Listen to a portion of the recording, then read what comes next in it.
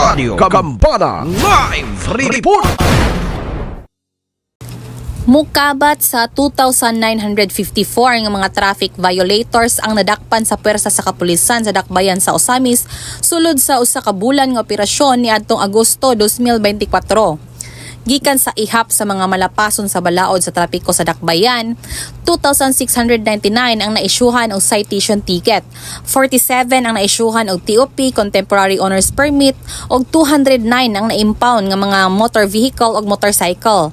Kini nga record subay sa gipagawas nga accomplishment report sa Osamis City Police Station sa pagpamuno ni Police Lieutenant Colonel Harvey Abellanosa. Ikaduha sa listahan ang mga malapason sa balaod sa curfew sa dakbayan sa Osamis, human masikop ang 177 ka mga individual nga gilangkuban sa 159 nga mga hamtong ug 19 nga mga minor de edad.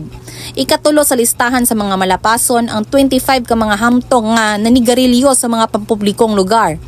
Sulod sa maong operasyon, nasikop ang siyam ka mga wanted person ug siyam usab ang nasikop sa upat ka mga operasyon batok sa iligal nga droga. Subay sa record sa kapulisan, walay dinagkong krimen nga nahitabo sa tibuok dakbayan sa Osamis sulod sa bulan sa Agosto 2024. Alang sa DXDD ang Radyo Kampana, ang radyo sa simbahan, ako si Double D1 Estela Remedios Palaw, danag sa dakbayan. Radio Gambana Live Report.